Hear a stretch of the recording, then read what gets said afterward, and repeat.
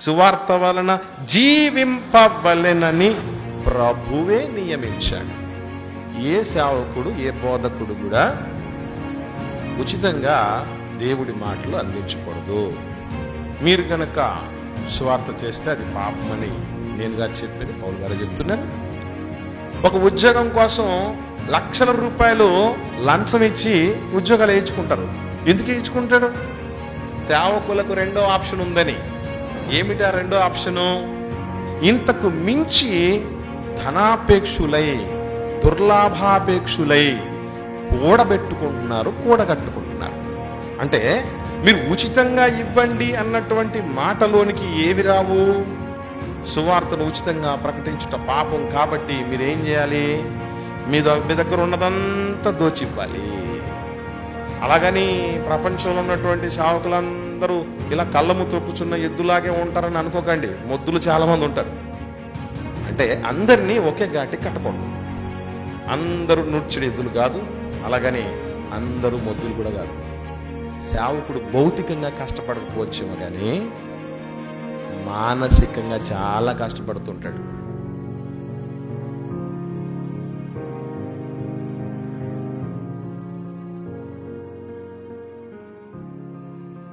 పాఠ్య భాగంలోనికి మనం వెళ్ళిపోదాం.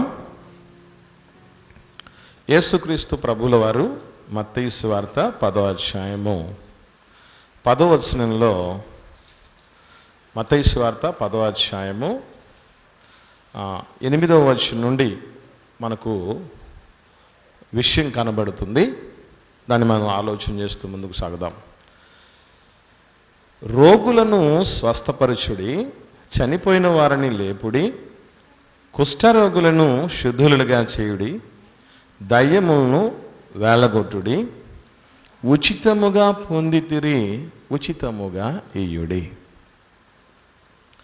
ఇక్కడ యేసుక్రీస్తు ప్రభువుల వారు శిష్యులను పరిచర్య నిమిత్తం సువార్త సేవ కొరకు పంపుతూ పరలోక రాజ్యం సమీపించిందని ప్రకటించండి అని చెప్తూ, ఈ సువార్తను అందించేటప్పుడు లేదా ఒకరిని స్వస్థపరిచేటప్పుడు, ఒక దయ్యాలను వెళ్ళగొట్టేటప్పుడు, సూచక్రియలు మహత్కార్యాలు చేసేటప్పుడు, ఏ సందర్భంలోనైనా ఈ పవర్స్ ఏవైతే మీరు పొందుకున్నారో, ఈ భాగ్యం ఏదైతే మీరు అందుకున్నారో దానికి మీరు ఎటువంటి మూల్యం చెల్లించలేదు, ఉచితంగానే పొందుకున్నారు.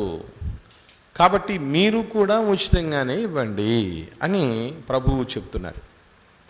ఇది ఇలా ఉంటే కొన్ని సందర్భాల్లో, మరి ముఖ్యంగా పౌలు గారు ఎప్పుడూ ఒక మాట చెప్తూ ఉంటాడు, మనకు అందరికీ తెలుసు. ఏంటంటే, నేను క్రీస్తుని పోలి నడుచుకొనుచున్న ప్రకారము మీరును నన్ను పోలి నడుచుకోండి. అందరికీ తెలిసినటువంటి, జగమెరిగినటువంటి మాట ఇది.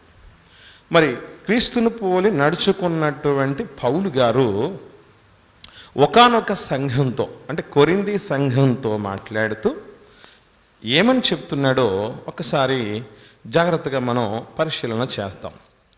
కొరింథీయులకు రాసిన 2వ పత్రిక 11వ అధ్యాయము 7-8 వచనాలను చాలా జాగ్రత్తగా మనం పరిశీలన చేద్దాం.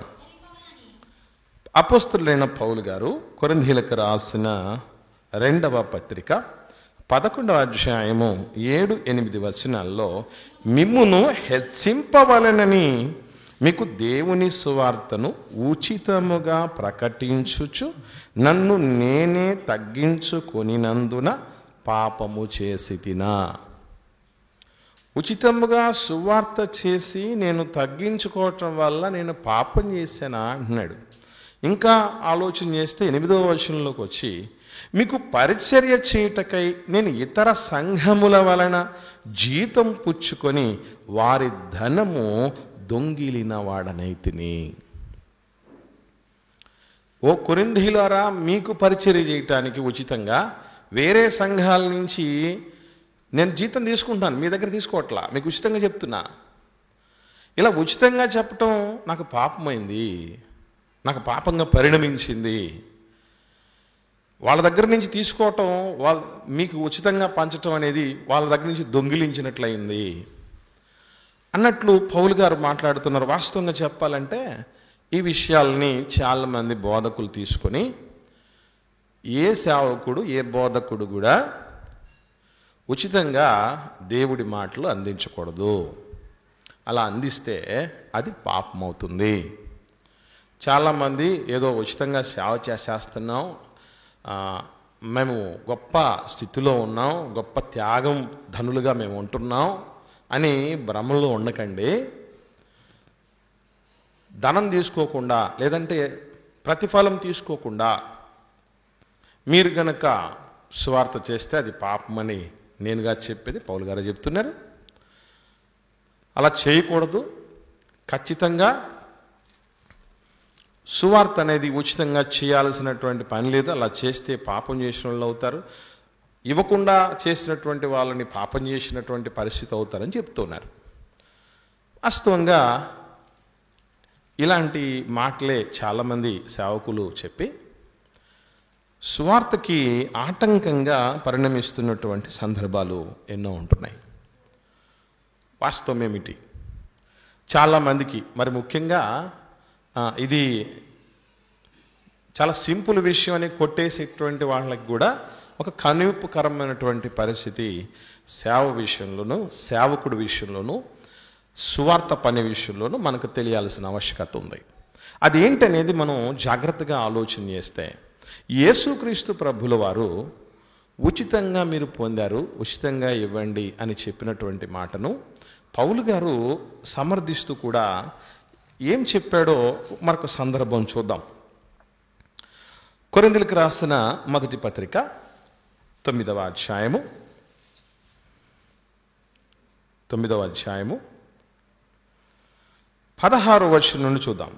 16వ వచనం నుండి చూడగలిగితే, నేను సువార్తను ప్రకటించుచున్నాను, నాకు అతిశయ కారణం లేదు.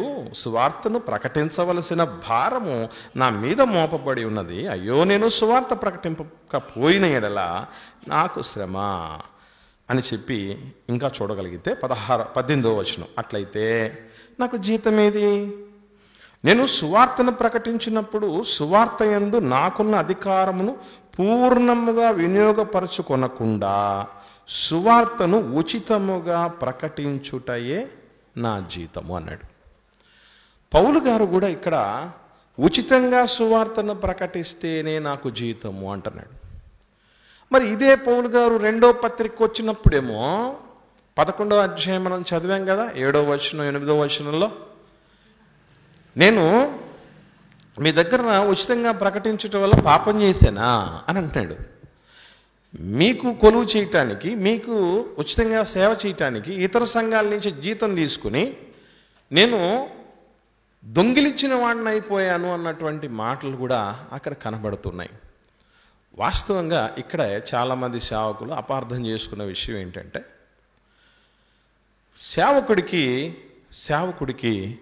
2 రకాలైనటువంటి ఆప్షన్స్ ఉంటాయి. ఎప్పటికైనా సువార్త చేసే సేవకుడికి 2 రకాలైన ఆప్షన్స్ ఉంటాయి. మొట్టమొదటిది ఏంటంటే, అది చూద్దాం మనం. ప్రభువే చెప్పాడు దాని గురించి. యేసుక్రీస్తు ప్రభువుల వారే మంచి క్లారిఫికేషను ఇవ్వటం జరిగింది. అదేంటో మనం చూద్దాం. 10వ అధ్యాయం మత్తయి సువార్తలోనే 9వ వచనం నుండి చూద్దాం. 9వ వచనం నుండి ఏమని ఉంది అక్కడ? మీ సంచులలో బంగారమునైనను, వెండినైనను, రాగినైనను, ప్రయాణము కొరకు జాలినైనను, 2 అంగీలనైనను, చెప్పులనైనను, చేతి కర్రనైనను సిద్ధపరచు కొనకుడి.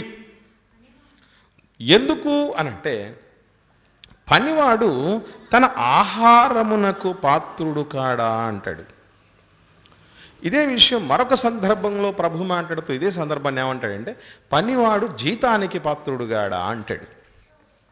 అంటే సేవకుడికి జీతం అంటే అర్థం ఏంటంటే, సేవకుడి యొక్క కనీస అవసరాలను తీర్చటం. సేవకుడికైనా, విశ్వాసికైనా, సర్వమానవుల్లో ఎవరికైనా కనీస అవసరాలు ఏమిటి అని అంటే 3 రకాలైనటువంటి అవసరాలు ఉన్నాయి. కానీ పరిశుద్ధ గ్రంథంలో 2 చెప్పాడు. 2 ఏంటి అంటే, అన్నము, వస్త్రము. అన్న వస్త్రములు గల వారమై వాటితో తృప్తి పొంది ఉందము అని అంటాడు. ఇక మూడవది వచ్చి ఈరోజు ప్రస్తుత పరిస్థితులను బట్టి మనకు చాలా అవసరమై ఉంది. అదేంటంటే నివాసం. సేవ జరిగించే సేవకుడికి తిండికి, బట్టకి, నివాసానికి ఖచ్చితంగా ఆ సేవలను అందుకునేటటువంటి సంఘం చూడాలి. అది సంఘము యొక్క కనీస బాధ్యత. ప్రభువు ఇక్కడ మీరు చూడగలిగితే కొన్ని సందర్భాల్లో ఏమని చెప్తాడంటే, ఇంకా కొన్ని మాటలు చూద్దాం. 11వ వచనం చూద్దాం. 11వ వచనం, మరియు మీరు ఏ పట్టణంలో అయినో గ్రామంలో అయినా ప్రవేశించినప్పుడు అందులో ఎవడు యోగ్యులో విచారణ చేసి అక్కడ నుండి వెళ్ళు వరకు అతని ఇంటనే బస చేయండి. అతని ఇంటనే బస చేయటం వలన ఏమొస్తాయి మీకు? అతని ఇంటనే బస చేయమని ఎందుకు చెప్పాడు? వాళ్ళు అర్హులు, సేవ జరిగించి వాళ్ళు అర్హులు. అంటే ఇంట ఉండటం వల్ల వాళ్ళకి నివాసం వస్తుంది, అతని ఇంట ఉండటం వల్ల వాళ్ళకు తిండి దొరుకుతుంది. ఇంకొకటి ఏంటంటే, ఎక్కువగా మీరు ఏం పట్టుకెళ్ళద్దు, ఈవెన్ 2 అంగీలనైనా పట్టుకెళ్ళద్దు అన్నాడు. చూడండి 9వ వచనంలో మనం క్లారిటీగా చూస్తే 2 అంగీలను కూడా పట్టుకెళ్ళద్దు అంటే అర్థం ఏంటి? కట్టుబట్టలతో వెళ్ళండి. మరి రోజుల తరబడి, నెలల తరబడి, సంవత్సరాల తరబడి పరిచయం చేస్తూ ఉంటే వాళ్ళకి బట్టలు కూడా ఎవరు చూసుకుంటున్నారనమాట? ఎవరైతే యోగ్యత కలిగి చేర్చుకుంటున్నారో వాళ్ళ గృహంలో వాళ్ళే బట్టలు చూసుకుంటున్నారు, నివాసం చూస్తున్నారు, తిండి పెడుతున్నారు. ఇవి మీకు కలుగుతాయి, మీరేం భయపడకండి, వీటికి డోకా ఉండదు మీకు అని ప్రభు భరోసా ఇచ్చి పంపిస్తున్నాడు. కాబట్టి ఇది ఫస్ట్ ఆప్షన్. అయితే దీనిని ఆసరాగా చేసుకొని సేవకులు చేస్తున్న పెద్ద పొరపాటు ఏంటంటే, ఇంతకు మించి ధనాపేక్షులై, దుర్లాభాపేక్షులై కూడగట్టుకుంటున్నారు. ఈ కూడబెట్టుకోవటాన్ని దేవుడు ఎప్పుడూ కూడా ప్రోత్సహించలేదు, దానికి అనుమతినివ్వలేదు, ఆజ్ఞ అసలే ఇవ్వలేదు. ఎందుకనంటే ధనవంతులగుటకు అపేక్షించువారు శోధనలో, ఉరిలో, హానికారయుక్తములైన అనేకమైన ఆపదల్లో, అపాయాల్లో చిక్కుకుంటారు. అట్టివి వాటిని నాశనంలో ముంచేస్తాయి. వాటిని ఆశ్రయించి ధనాన్ని అనేకులు తమను తామే పొడుచుకున్నారన్నటువంటి మాటలు మనం చూడగలం. ఒకని కలిమి విస్తరించుట వలన మన జీవానికి మూలము కాదు అని చెప్పబడిన మాటలు చూస్తున్నాం. ఇలాంటి వాళ్ళే ఉంటారు గనక, అంటే మీరు ఉచితంగా ఇవ్వండి అన్నటువంటి మాటలోనికి ఏవి రావు? సేవకుడు దేవుడి తరపున పొందుకునేటటువంటి తిండి విషయంలోనూ, బట్ట విషయంలోనూ, నివాసం విషయంలోనూ ఈ కనీస అవసరాలు చేరవు. ఉచితంగా ఇవ్వండి అని అంటే ఇంతకు మించి ఆశించొద్దు, ఇంతకు మించి ఆలోచన చెయ్యొద్దు అన్నటువంటిది ప్రభువు ఎస్పెషల్లీ చెబుతున్నటువంటి విషయం. ఇది గమనించాలి మనం అంతా. ఎందుకు ఇలాంటి మాటలు చెప్తున్నాయంటే, యేసుక్రీస్తు ప్రభుల వారు మనుషుల ఆంతర్యమును ఎరిగినవాడు. భవిష్యత్తులో ఎటువంటి సేవ జరగబోతుంది, ఎటువంటి వాళ్ళు రాబోతారు ఈ లోకంలోనికి అనేది ఆయనకు బాగుగా తెలుసు. అందుకే చూద్దాం ఒకసారి ఎట్లాంటి వాళ్ళు ఉన్నారో సమాజంలో, ఎలాంటి సేవకులు ఉంటున్నారో కొన్ని ఎగ్జాంపుల్స్ మనం చూద్దాం. ప్రభు అక్కడ ఎందుకు చెప్పాల్సి వచ్చిందో మనం అర్థం చేసుకోవటానికి. అపొస్తలుల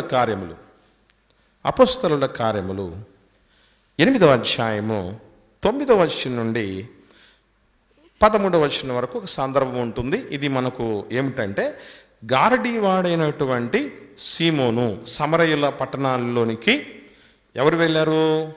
ఫిలిప్ గారు వెళ్ళారు. ఫిలిప్ గారు వెళ్ళి పరిచయం చేస్తున్నప్పుడు సీమోన్ అనేటువంటి ఒక గారడీవాడు కూడా ఏం చేయటం జరిగిందంటే, ఫిలిప్ గారు చేస్తున్నటువంటి ఈ అద్భుతాలను, ఈ మహత్కార్యాలను, ఈ సూచక్రియలను చూసి ఆయన నిజముగా సరెండర్ అయిపోయి బాప్టిజం తీసుకొని మంచి జీవితం జీవిస్తున్నాడు, విభ్రాంతి నొందుతూ ఉన్నాడు అనే మాట కూడా మనకు కనబడుతుంది. 9వ వచనం నుంచి 13వ వచనం వరకు. అయితే 18వ వచనంలో ఒక విచిత్రమైనటువంటి సంఘటన చోటు చేసుకుంటుంది. ఏమిటది? 18వ వచనం చదువుదాం. అపొస్తలులు చేతులుంచుట వలన పరిశుద్ధాత్మ అనుగ్రహింప బడెనని సీమోను చూచి వారి వదుట ద్రవ్యము పెట్టి, నేను ఎవరి మీద చేతులుంచుదునో వాడు పరిశుద్ధాత్మను పొందినట్లు ఈ అధికారము నాకు ఇయ్యుడని అడిగెను. మీకు ఎప్పుడైనా డౌట్ వచ్చిందో లేదో, అసలు ఇంత డబ్బిచ్చి పరిశుద్ధాత్మ వరాన్ని ఎందుకు పొందుకోవాలనుకున్నాడు మనోడు? మీకు బాగా అర్థం కావడం మాట చెప్తాను, లోకంలో జరిగే విషయం. ఒక ఉద్యోగం కోసం లక్షల రూపాయలు లంచం ఇచ్చి ఉద్యోగాలు వేయించుకుంటారు. ఎందుకు వేయించుకుంటాడు? దానికి మించి ఎన్నో రెట్లు లాభం రాబోతుంది కనుక. అంతవరకు ఎందుకు? ఎలక్షన్స్ దగ్గరలో ఉన్నాయి. ఒక ఎమ్మెల్యే పదవి కోసం లేక ఒక ఎంపీ పదవి కోసం ఏం చేస్తారు సర్వసాధారణంగా? ఇది జగమెరిగిన సత్యం, దాని గురించి మనం ఆలోచన చేయాల్సిన పని లేదు. ఏం చేస్తారు? డబ్బులు ఏరులై పారేస్తున్నారు. ఈ రీసెంట్గా ఎప్పుడో మహా అంటే ఒక 2 నెలల వ్యవధిలో రాబోతున్న ఎన్నికల కోసం ఇప్పుడే రైల్వే స్టేషన్లలో, బస్ స్టేషన్లలో, విమానాశ్రయాల్లో మొత్తం బందోబస్తు ఉంది, పోలీస్ బందోబస్తు. అన్ని సోదా చేస్తున్నారు. బ్యాగులు వదిలిపెట్టట్లేదు, సూట్ కేసులు వదిలిపెట్టట్లేదు, దేన్ని వదిలిపెట్టట్లా. ఎందుకంటే డబ్బు కట్టలు కట్టలు చేతులు మారతాయన్నటువంటి ఉద్దేశంతో. మందు బాటలు తీసుకెళ్ళిపోతారేమో, దాన్ని ఆ మద్యం ఇచ్చి కొంటారేమోనని రకరకాలైనటువంటి సోదాలు జరిగిస్తున్నారు. వాడు ఎందుకు అంతగా చేస్తున్నాడు? అన్ని లక్షల రూపాయలు పెట్టి, అన్ని కోట్ల రూపాయలు కుమ్మరించి ఎందుకు ఒక ఎమ్మెల్యే అవుతున్నారు, ఎందుకు ఒక ఎంపీ అవుతున్నారంటే దీనికి ఎన్నో రెట్లు లాభం రాబోతుంది. ఇప్పుడు గారడీవాడైన సీమోను పరిస్థితి ఏంటంటే, ఇదేదో బాగుంది.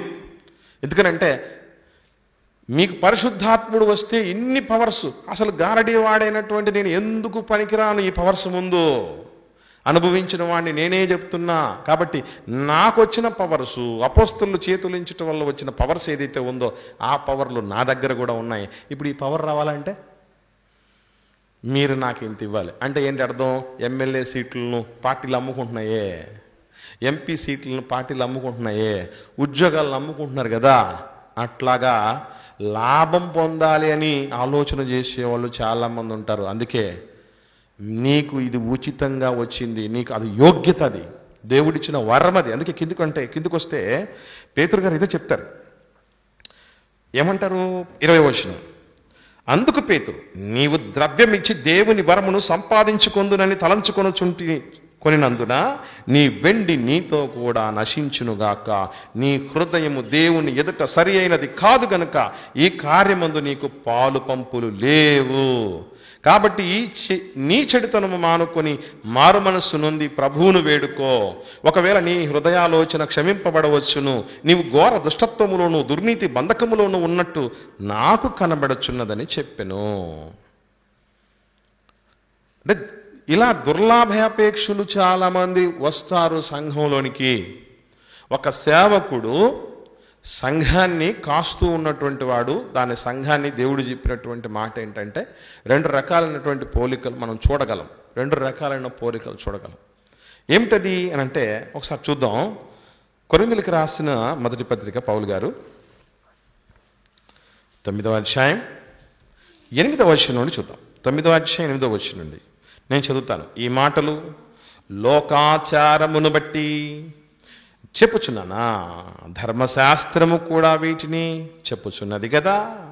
కళ్ళము త్రొక్కుచున్న ఎద్దు మూతికి చిక్కము పెట్టవద్దు అని మోషే ధర్మశాస్త్రములో రాయబడి ఉన్నది. దేవుడు ఎడ్ల కొరకు విచారించుచున్నాడా? కేవలము మన కొరకు దీన్ని చెప్పుచున్నాడా? అవును, మన కొరకే కదా ఈ మాట వ్రాయబడును అని. ఎలయనగా దున్నువాడు ఆశతో దున్నవలెను, కళ్ళము త్రొక్కించువాడు పంటలో పాలు పొందునని ఆశతో త్రొక్కించవలను.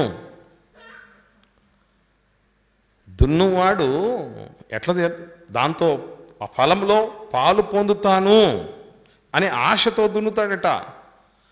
కాబట్టి ఇక్కడ మీరు గమనించగలిగితే ఒక సేవకుణ్ణి ఎలా పోల్చడం జరిగింది?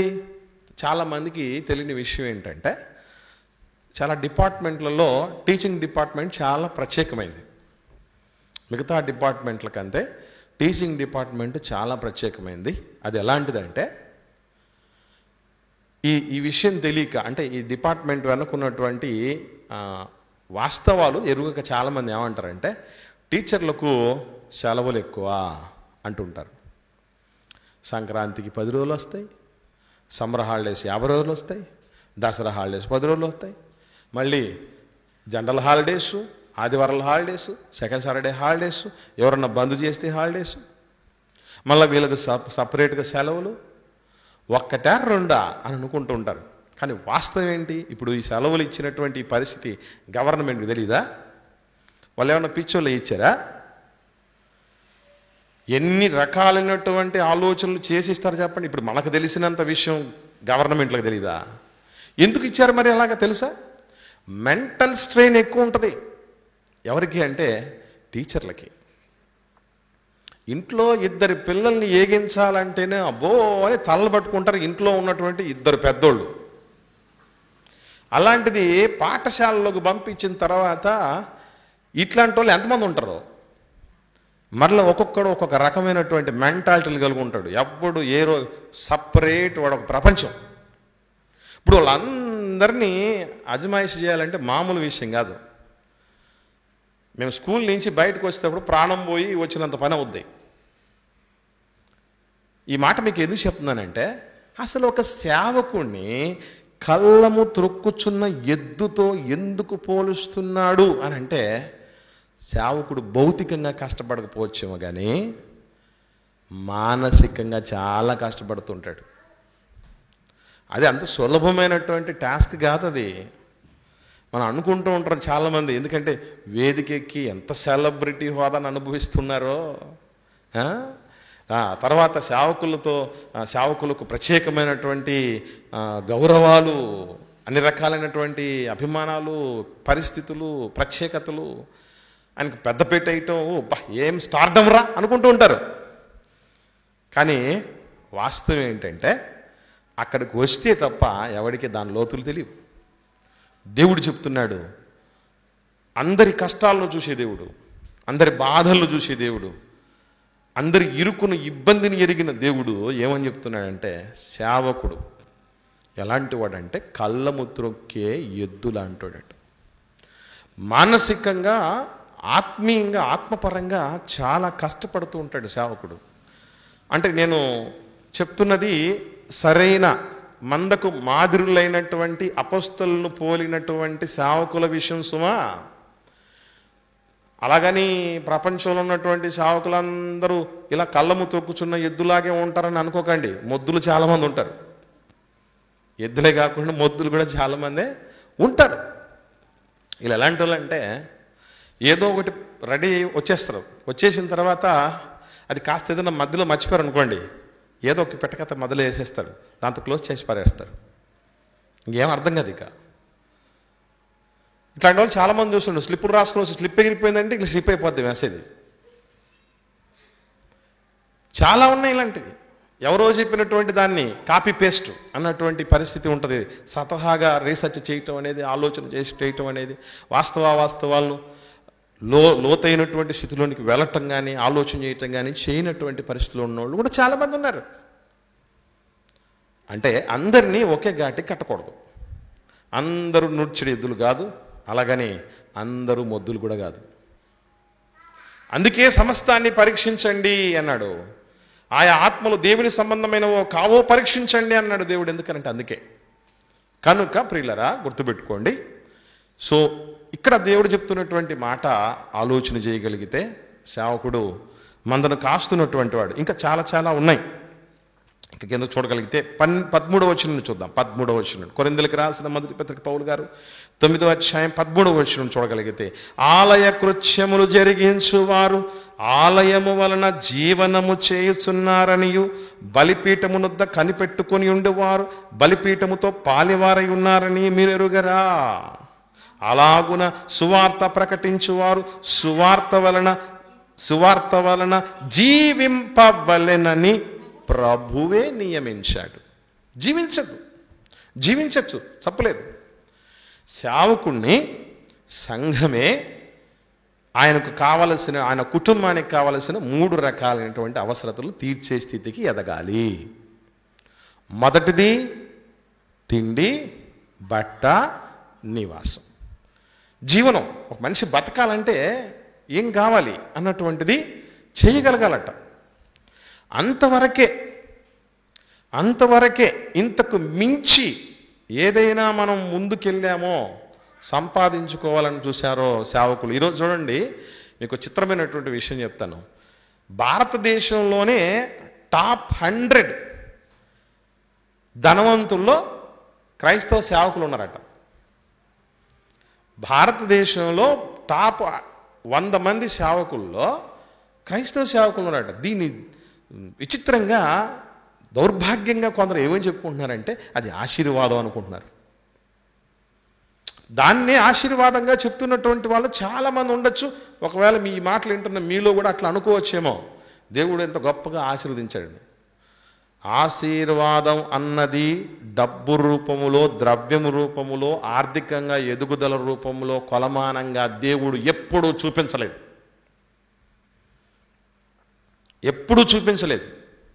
ఇది మనం మర్చిపోకూడదు. నిజంగా ఆ విధంగా ఎదగటమే, ఆర్థికంగా ఉన్నత స్థితికి ఎదగటమే ఆశీర్వాదం అనుకుంటే అపోస్తలులు ఈ స్థితిలో లేరు. మరి అంటే వాళ్ళని ఆశీర్వదించలేదు దేవుడు. ఈవెన్ మాసిదోనియా సంఘాల్లో ఉన్నటువంటి వాళ్ళందరూ కూడా కడు పేదలు అని రాయబడింది. మరి విశ్వాసులు కాదంటారా? వాళ్ళకి ఆశీర్వాదం లేదంటారా? యేసు ప్రభుల వారు అరశకెలు పన్ను కట్టడానికి కూడా చేతులు డబ్బులు లేవు ఆయనకి. వెళ్ళి సముద్రంలో గాలమేమని చెప్తాడు. చేప నోట్లో దొరుకుతుంది, తీసుకెళ్ళి వెయ్యని. అంటే ఇప్పుడు యేసు ప్రభువుకి ఆశీర్వాదం లేదా? ఈరోజు సోకాళ్ళు చాలామంది దీన్ని ప్రాస్పరిటీ గాస్పల్ అంటారు. అంటే సమృద్ధిలోనికి వచ్చేస్తారని ఆధ్యాత్మిక సమృద్ధి గురించి, ఆత్మీయ సమృద్ధి గురించి ప్రక్కన పెట్టి భౌతికమైనటువంటి సమృద్ధి గురించి, ఆర్థిక సంబంధమైనటువంటి సమృద్ధుల గురించి ఆలోచించేవాళ్ళు, ఆలోచింపచేసేవాళ్ళు, అలాగ సిద్ధపడేవాళ్ళు, సిద్ధపరిచేవాళ్ళు ఈరోజు లోకంలో ఉన్నారు. ఈరోజు అయ్యగారుల గురించి సాక్ష్యం ఏమని చెప్తారు చెప్పండి.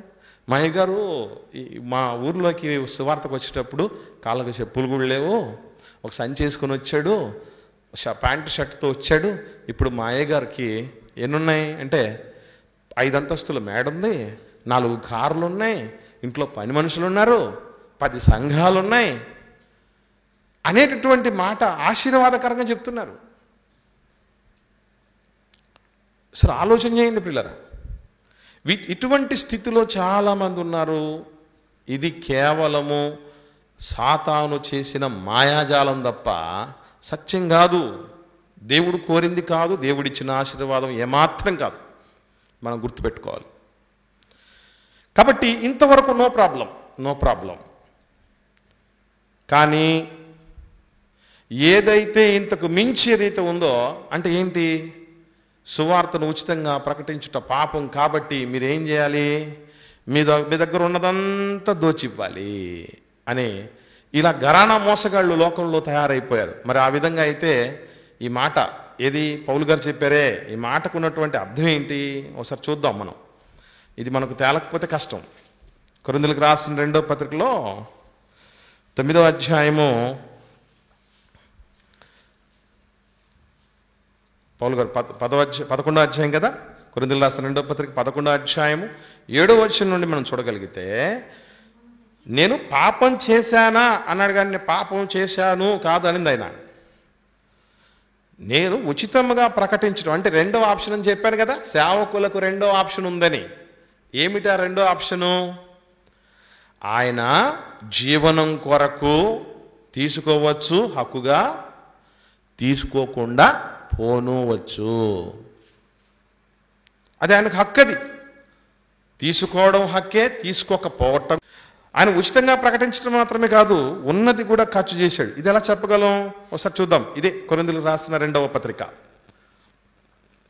12వ అధ్యాయం 14వ వచనం నుండి చూద్దాం. చాలా జాగ్రత్తగా ఆలోచన చేయండి. 14వ వచనం, ఇదిగో ఈ 3వసారి మీ యొద్దకు వచ్చుటకు సిద్ధముగా ఉన్నాను, వచ్చినప్పుడు మీకు భారముగా ఉండను, మీ సొత్తును కాదు మిమ్మునే కోరుచున్నాను. పిల్లలు తల్లిదండ్రుల కొరకు కాదు, తల్లిదండ్రులే పిల్లల కొరకు ఆస్తి కూర్చదగినది కదా.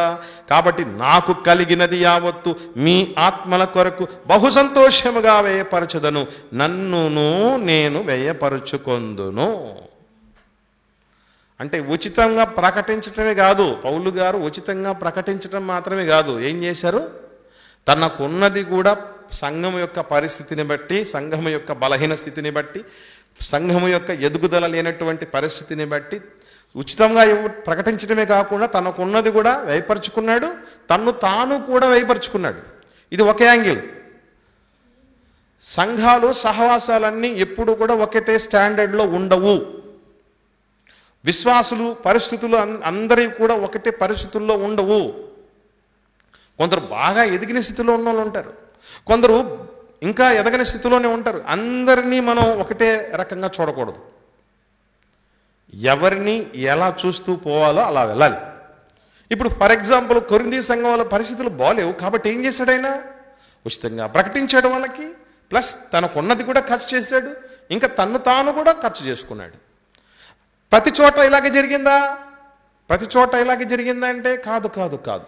ఫిలిప్పీ సంఘాన్ని దగ్గర చూద్దాం, ఏం జరిగిందో ఒకసారి చూద్దాం. చాలామంది అనుకుంటూ ఉంటారు, పౌలు గారు ఉచితంగా ప్రకటించాడు కదా, ఉచితంగా ప్రకటించాడు కదా, ఆయన పని చేసుకుంటూ సేవ చేశాడు కదా అని. ఈ యాంగిలే మనకు తెలుసు, కానీ ఇంకొకటి కూడా ఉంది ప్రియులారా, ఇది మనం గమనించాలి. ఫిలిప్పీలకు రాసిన పత్రిక 4వ అధ్యాయం 15వ వచనం నుండి చూద్దాం. పౌలు గారు ఫిలిప్పీలకు రాసిన పత్రిక 4వ అధ్యాయము 15వ వచనం నుండి చూద్దాం. ఫిలిప్పీలారా, సువార్తను నేను బోధింపనారంభించి మాసిదోనియాలో నుండి వచ్చినప్పుడు ఇచ్చు విషయంలోనూ పుచ్చుకొన విషయంలోనూ మీరు తప్ప మరి ఏ సంఘపు వారును నాతో పాలివారు కాలేదని మీకే తెలియను. ఇక్కడ గుర్తుపెట్టుకోవాల్సిన విషయం, సంఘములో ఉన్నటువంటి ప్రతి వ్యక్తి, విశ్వాసి కావచ్చు, సేవకుడు కావచ్చు, ఇరుగురు కూడా ఈ 2 పనులు చేయాలి. ఏవి? ఇవ్వాలి, పుచ్చుకోవాలి. కొంతమంది ఉంటారు గర్విష్ఠులు. వాళ్ళు ఎలా ఉంటారంటే, మనకు ఇవ్వడమే తప్ప పుచ్చుకోవడం తెలియదు అని వాళ్ళు ఉంటారు. వీళ్ళే గర్విష్ఠులు. అంటే ప్రపంచంలో ఇటువంటి గర్విష్ఠులు దేవుని సంఘంలో అసలు ఉండకూడదు. అందుకే ఏం చేయాలి? మనం ఇవ్వాలి, పుచ్చుకోవాలి, పుచ్చుకోవాలి, ఇవ్వాలి. ఇవి 2 ఉంటేనే బంధం ఉంటుంది. సహవాసంలో బంధం అనేది ఎప్పుడు ఏర్పాటు అవుతుందంటే ఇవ్వాలి, పుచ్చుకోవాలి. అలా లేకపోతే ఇప్పుడు సేవకుడు కూడా నేనే అంతా ఇచ్చేసాను అనే మాట చాలా పొరపాటు అవుతుంది. పుచ్చుకొనందే ఒక సేవకుడు కావచ్చు, ఒక పెద్ద కావచ్చు, విశ్వాసి కావచ్చు, మన నరమానుడి భూమి మీద ఉన్న ఎవరైనా సరే, ఇవ్వడంతోనే నేను ఇవ్వడం వరకే నాకు తెలుసు, పుచ్చుకోవడం అస్సలు తెలియదంటే పెద్ద అబద్ధికులు అని అర్థం.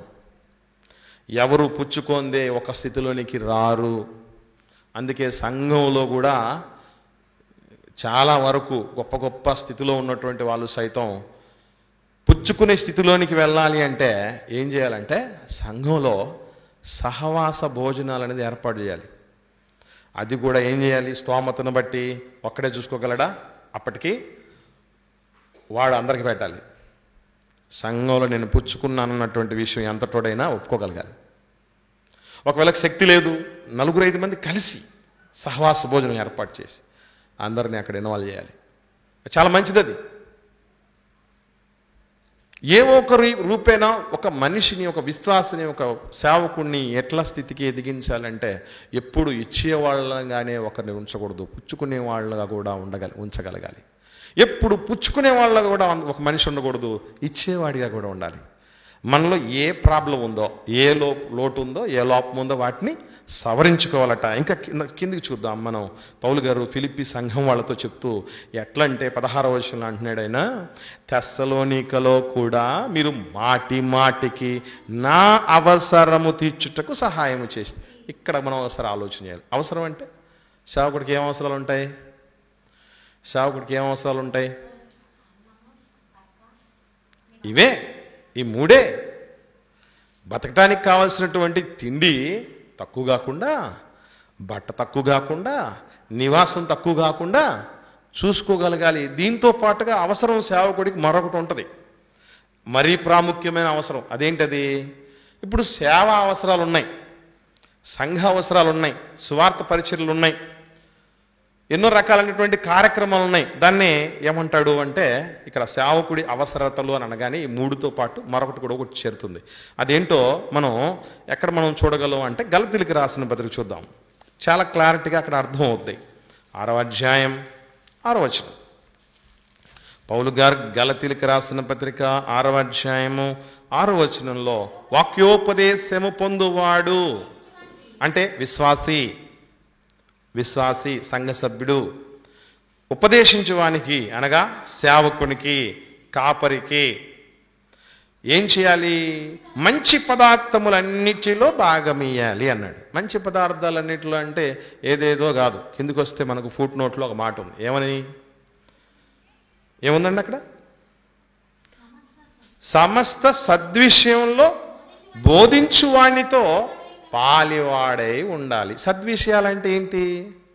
సేవకు సంబంధించిన విషయాలు, సంఘానికి సంబంధించిన విషయాలు, సువార్తకు సంబంధించిన విషయాలు, సంఘ సరిహద్దుల విస్తరణకు సంబంధించిన విషయాలు, ఆత్మల రక్షణకు సంబంధించిన విషయాలు. అంతేనా? రక్షించబడిన వాడు పరిపూర్ణుడిగా దేవుళ్ళో ఎదిగేటటువంటి విషయాలు, కార్యక్రమాలు ఎన్నో ఉంటాయి.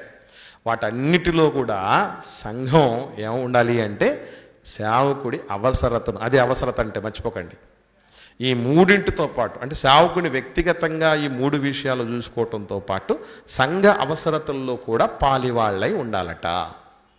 ఈ విషయంలో ఫిలిప్పీలు చాలా ముందున్నారట. అందుకే ఈ ఫిలిప్పీలకు దేవుడిచ్చినటువంటి భరోసా దైవజనుడి ద్వారా ఏంటి అని ఆలోచన చేయగలిగితే 17వ వచనం నుంచి చూద్దాం. 17వ వచనం నుండి, ఫిలిప్పీలకు రాసిన పత్రిక 4వ అధ్యాయం 17వ వచనం నుండి. నేను ఈవిని అపేక్షించి ఇలాగ చెప్పటం లేదయ్యా బాబు. ఎప్పుడైనా సేవకుడు ఇటువంటి వాటి విషయం మాట్లాడుతూ ఉంటే చాలామందికి ఏమనుకుంటారంటే కానుకల బోధ చేస్తున్నాడు సేవకుడు అని అనుకుంటారు కదా. అందుకే పౌలు గారు అంటున్నారు, నేను మీ దగ్గర ఏదో బహుమానాన్ని ఆశించి, మీ కానుకలు ఆశించి నేను చెప్పట్లేదయా బాబు.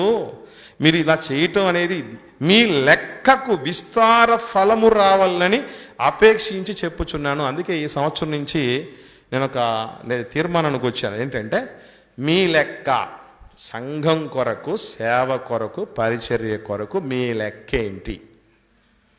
మీరు భౌతికంగా, శ్రమపరంగా, ఆర్థికంగా ఎంత లెక్క సంవత్సరంలో మీరు పోగేశారు సంఘం కోసం, ఎంత ఇచ్చారు అనేటటువంటిది మనకు అర్థమైతే, ఇందులో కూడా ఒక టాప్ 10 తీసి వాళ్ళకు ప్రోత్సాహకంగా, వాళ్ళతో పాటు మిగిలినటువంటి వాళ్ళకు కూడా బహుమానాలు లాంటివి ఇచ్చి చేయగలిగితే అర్థం అవుతాయి. ఎందుకంటే మీ లెక్క అన్నాడు అంటే ఇక్కడ మీ లెక్కే మాత్రమే కాదు, సేవకుడి లెక్క కూడా తేలాలి. దేవుడు ఉత్తినే సిస్టమ్ అనేది ఏర్పాటు చేయలే. ఎందుకు మనం సంఘంలో వస్తున్నది పోతున్నదంతా లెక్కలు పెట్టేస్తున్నాం? ఊరికే కాదు కదా. సేవకుడి పాత్ర కూడా ఇందులో ఉండాలి. సేవకుడు ఎప్పుడు పొందుకోవటమే కాదు, వాడికి కనీస అవసరాలకు మించి ఏదైనా సమకూడిందంటే దాన్ని ఏం చేయాలి? తన వంతుగా సేవ కొరకు కరగజేయాలి, ఇవ్వాలి. ఎందుకంటే 11 గోత్రాల వాళ్ళ నుంచి తీసుకుంటున్నటువంటి లేవీయుడు కూడా ఏం చేయమన్నాడు తెలుసా? దశంభాగం ఇమ్మన్నాడు సేవ కోసం. లేవీయుడు కూడా, తీసుకున్నోడు కూడా ఇవ్వాలి దశంభాగం. అంటే తీసుకోవాలి, ఇవ్వగలగాలి, ఇవ్వాలి, తీసుకోగలగాలి. ఇవి రెండు చాలా ప్రాముఖ్యమైనవి సంఘంలో, సహవాసంలో. ఇవి తెలియక చాలామంది ఏం చేస్తున్నారంటే దోచుకోవడానికి తెగబడిపోతున్నారు. ఈ గలతీయులకు రాసిన పత్రిక 6వ అధ్యాయం 6వ వచనాన్ని చెప్పి కూడా ఏం చేస్తున్నారంటే మంచి పదార్థములన్నింటిలో భాగం ఇవ్వాలి. నీ ఇంట్లో కేజీ బంగారం ఉందా? నాది ఇది భాగం ఏది అని అడుగుతున్నాడు సేవకుడు. మీ ఇంట్లో వెండి ఉందా? నా భాగం ఏది అంటాడు.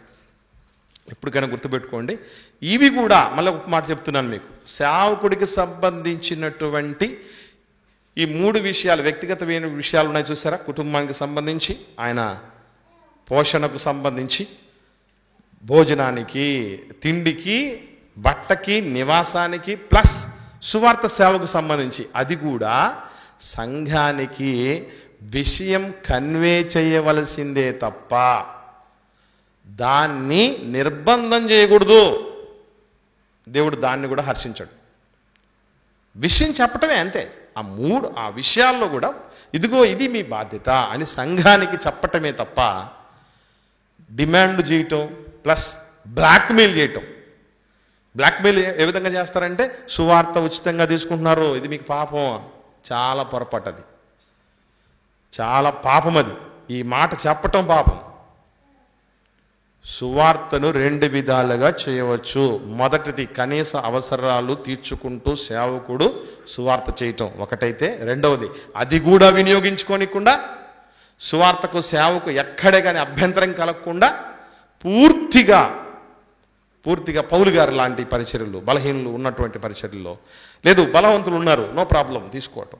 అట్లాగే సంఘంలో కూడా ఎలా ఉంటే వాళ్ళు ఉంటారు, బలహీనులు ఉంటారు, బలవంతులు ఉంటారు. అందరూ బలహీనులని అనుకోకూడదు, అలాగని అందరూ బలవంతులని కూడా అనుకోకూడదు. ఇవి దేవుడు చెప్పినటువంటి చాలా స్పష్టమైనటువంటి విషయాలు. కనుక సంఘానికి ఏం చెప్పాలి? ఇదిగో పౌలు గారు చెప్పినట్టే. కింద చూద్దాం. ఇంకా ఫిలిప్పీయులకు రాసిన పత్రికలోనే 4వ అధ్యాయంలో 18వ వచనం, నాకు సమస్తమును సమృద్ధిగా కలిగి ఉన్నది అంటే బ్యాంక్ బ్యాలెన్స్లు కోట్లు మూలుతున్నాయని అర్థం. దాని అర్థం ఏంటంటే, సేవకుడికి సమస్తము సమృద్ధిగా ఉన్నదట. మరి నా సంగతి ఏంటి అని అడుగుతూ ఉండొచ్చు సేవకుడు. కానీ గుర్తుపెట్టుకోవాల్సిన విషయం ఏంటంటే, సమృద్ధి అంటే అర్థం ఏంటంటే ఆయన జీవించటానికి, ఆయన సేవ చేయటానికి ఏమాత్రం సమస్య లేదు అని అర్థం. సమృద్ధిగా ఉంది. ఎందుకంటే మీరు పంపిన వస్తువులు అపప్రదితి వలన పుచ్చుకొని ఏమీ తక్కువ లేకుండా ఉన్నాను. అవి మనోహరములైన సువాసన, దేవునికి ప్రీతికరమైన ఇష్టములైన యాగములై ఉన్నాయి. ఇట్లా మీరు చేస్తున్నారు కాబట్టి కాగా దేవుడు తన ఐశ్వర్యము చొప్పున క్రీస్తు యేసునందు మహిమలో మీలాంటి ప్రతి వ్యక్తికి ఉన్నటువంటి ప్రతి అవసరాల్ని దేవుడు తీరుస్తాడు. ఇట్లాంటి విషయాలన్నీ తెలియకుండా ఫిలిప్పీయులకు రాసిన పత్రిక 4వ అధ్యాయం 19వ వచనాన్ని చాలామంది ఇంట్లో పెట్టుకుంటారు చక్కగా వాగ్దానంగా. ఏమని? కాగా దేవుడు తన ఐశ్వర్యము చొప్పున క్రీస్తు యేసునందు మహిమలో మీ ప్రతి అవసరమును తీర్చునని. ఎలాంటి వాళ్ళ అవసరాలు తీరుతాడు దేవుడు? ఎవరు పెడితే వాళ్ళ అవసరాలు కాదు. సేవ ఏంటి, సంఘం ఏంటి, సేవకుడేంటి, సంఘ అవసరతలేంటి అని పట్టించుకునే వాళ్ళ యొక్క అవసరతలను మహిమలో తీరుస్తాడట. కనుక ఈ విషయాలు మనం ఆలోచన చేయగలిగితే పిల్లరా, ఉచితముగా సువార్త ప్రకటించటం అనేది పాపం ఏమాత్రమును కాదు. ఇది సేవకుడికి ఉన్నటువంటి 2వ యాంగిల్లో హక్కును ఉపయోగించుకోవటం. అయితే మనవంతుగా, విశ్వాసుల వంతుగా మనం ఏం తెలుసుకోవాలి? దేవుడు ఎప్పుడు కూడా బలవంతం చేయడు. సనుగుకోవద్దు, బలవంతంగా కాకుండా, పిసినితనంగా కాకుండా మీరు మీ మనసులో నిశ్చయించుకున్న కొలదే మీరు ఇవ్వాలి అని చెప్తూ ఉంటాడు. ఎందుకంటే దేవుడికి ఉన్న ఒక గొప్ప గుణం ఏంటంటే, మంచి మాట ఉంది, దాన్ని చూసి మనం క్లోజ్ చేసుకుందాం. యాకోబు రాసిన పత్రిక 1వ అధ్యాయం 25వ వచనం చూద్దాం. 25వ వచనం, అయితే స్వాతంత్ర్యమునిచ్చు సంపూర్ణమైన నియమములో తేరు చూచి నిలకడగా ఉండువాడెవడో వాడు విని మరచువాడు కాక క్రియను చెయ్యవాడే ఉండి తన క్రియలలో ధన్యుడవుతాడు. దేవుడి నియమం ఎలాంటిదట? స్వాతంత్ర్యమునిచ్చు సంపూర్ణ నియమం. స్వతంత్రత ఉంది, సేవకుడికి స్వతంత్రత ఉంది. ఏ స్వతంత్రత? సంఘము నుండి తన పోషణకు, అలాగే ఆత్మీయమైనటువంటి సంఘ అవసరతలకు సంఘము నుండి ఆశించేటటువంటి హక్కు ఉంది, నియమం ఉంది, స్వతంత్రత ఉంది. And at the same time సంఘంలో ఎటువంటి ఇబ్బందులు కలగకుండా, క్రీస్తు సువార్తకు ఆటంకం కలగకుండా మాదిరిగా ఉండటం కోసం మరింతగా వాటి నుంచి ఏది ఆశించకుండా తను ఉచితంగా చేయటంతో పాటు తన దగ్గర ఉన్నటువంటి దాన్ని ఖర్చు చేయటం, తన్ను తాను ఖర్చు చేసుకునే స్వతంత్రత ఉంది విశ్వాసికి కూడా. ఈ సేవకుడి విషయం కానీ, సంఘం విషయంలో కానీ పాలు పంపులు పొంది ధన్యులయ్యేటటువంటి స్వతంత్రత ఉంది. అలా కాకుండా మాకు ఇప్పుడు నేను బలవంతంగా ఇవ్వాల్సి వస్తుంది అనే పరిస్థితి ఉంది అనుకోండి, నా దగ్గర లేదని పరిస్థితి అనుకో, నో ప్రాబ్లం.